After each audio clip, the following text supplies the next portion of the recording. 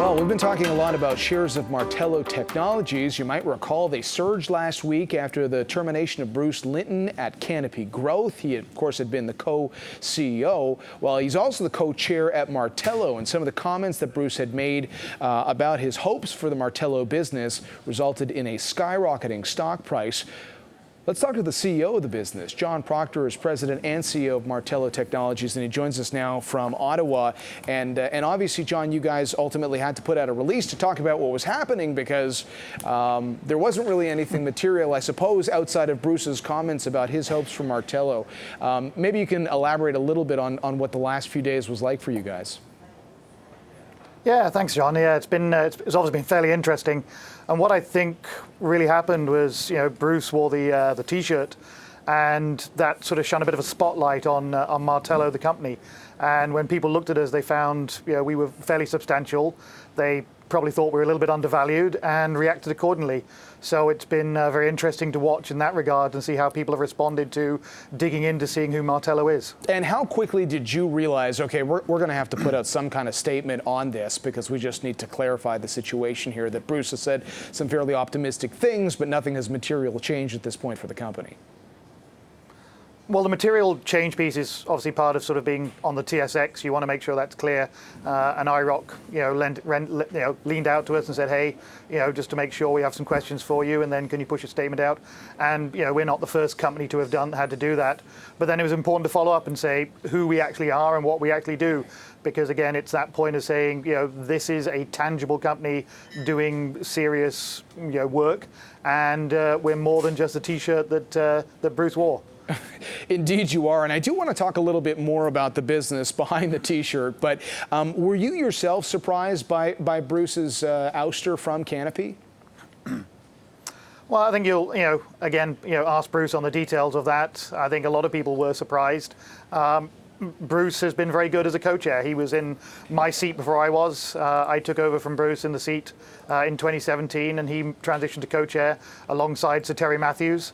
And he's been a very solid co-chair for us, guiding us on acquisitions. So yes, we weren't involved on the Canopy side of the business with Bruce, but he's been very involved with Martello. So the Martello business, and we've talked to Bruce about it in the past, basically helping with hiccups in networks. I know you're going to see that as an oversimplification, but I want to keep this simple for our audience. You've got clients like a big hotel chain, which if there are too many people running, I don't know, Netflix and Skype in the hotel room, sometimes you can have hiccups on the network, and you guys are there to help smooth that out. So you have all these different basically like subscription-like relationships with different customers who can have network issues, and you guys are going to help smooth out those network issues.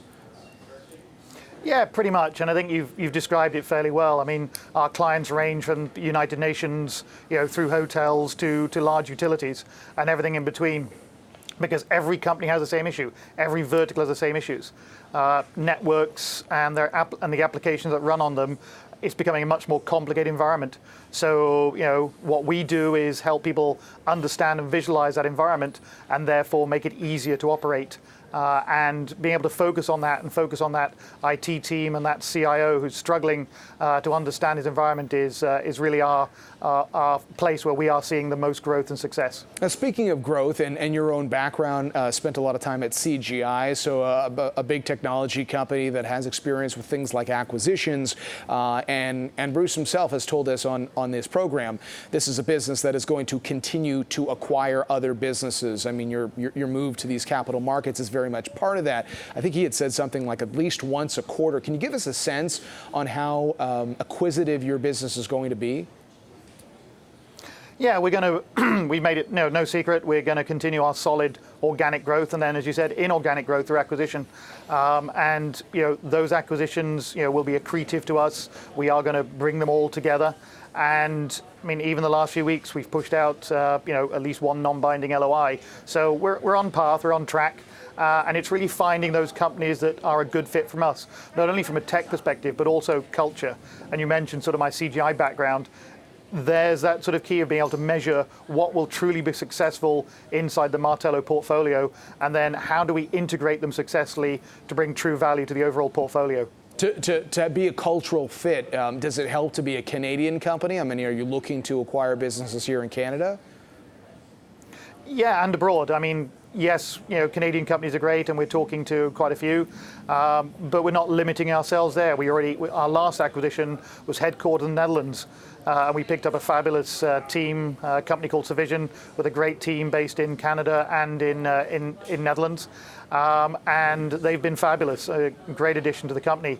But that gives you an idea of saying, we're kind of looking what is the best fit and not limiting ourselves just to the Canadian geography. And John, Bruce has sort of explained the connection between Martello and cannabis in the past, and being, look, growing a cannabis business can be helped through technology in scaling the business. So at least for his own, business ambitions, there was some overlap there. Out of curiosity, in your business, do you think there's sort of a point where there could be cannabis customers that could benefit from Martello's technology? Well, I think they're like any manufacturer, really. When you run a distributed network and you're running manufacturing plants, which effectively, Smiths Falls is for Canopy Growth, that's a manufacturing plant. And when you want to connect those together and understand that environment, they're a fabulous client for us in that respect. And whether you're doing vehicles or cheese or cannabis, they're all networks where those information has to be brought together. Somebody has to be able to visualize what's going on, fix very quickly if something is going wrong, and be able to deliver the business services required. So again, yeah, absolutely right. We can deliver technology that can enable cannabis. Okay, just to come back to Bruce, because that was the big story last week, and it was his comments about Martello that ultimately fueled the stock and the interest, and I'm sure anyone who's watching has a lot of interest in what his role is going to be going forward. What is his role? How involved is he going to be? Well, I think the point, again, go back to is, this isn't, Bruce being involved with Martello is not new to us. He's always been involved. He's always been on the board for as long as I've been there. And now we just, he's got more time. We have more access to Bruce. As you know, he was traveling all over the world, being the evangelist he was. And now he has a little bit more time for us. And that brings enormous value to our team. As I said, we were on an acquisition path. He was guiding us. He was helping us with capital markets. I've been on investor roadshows with Bruce. But just having that extra time allows us to be able to accelerate some of those processes and be slightly quicker in terms of getting to the acquisitions we want. John, very quickly before you go, can you just give us one example on one thing that the two of you might be working on in the weeks ahead? Yes, I mean, Bruce is, straight into, Bruce is Bruce. He's straight, rolled up his sleeves, wants to get involved with the company. He knows the business. He was there for 4 or 5 years before me. So it's a fairly easy for him to just sort of guide us and drop in on that respect. So really looking at some key acquisitions targets we already have in the pipe, and sort of helping us drive towards that much quicker than we did with the resources we have. Speaking of targets, I know that you guys had talked about that $100 million, I believe, revenue target longer term. Is that it? How do you get there, and what's kind of the time frame for that?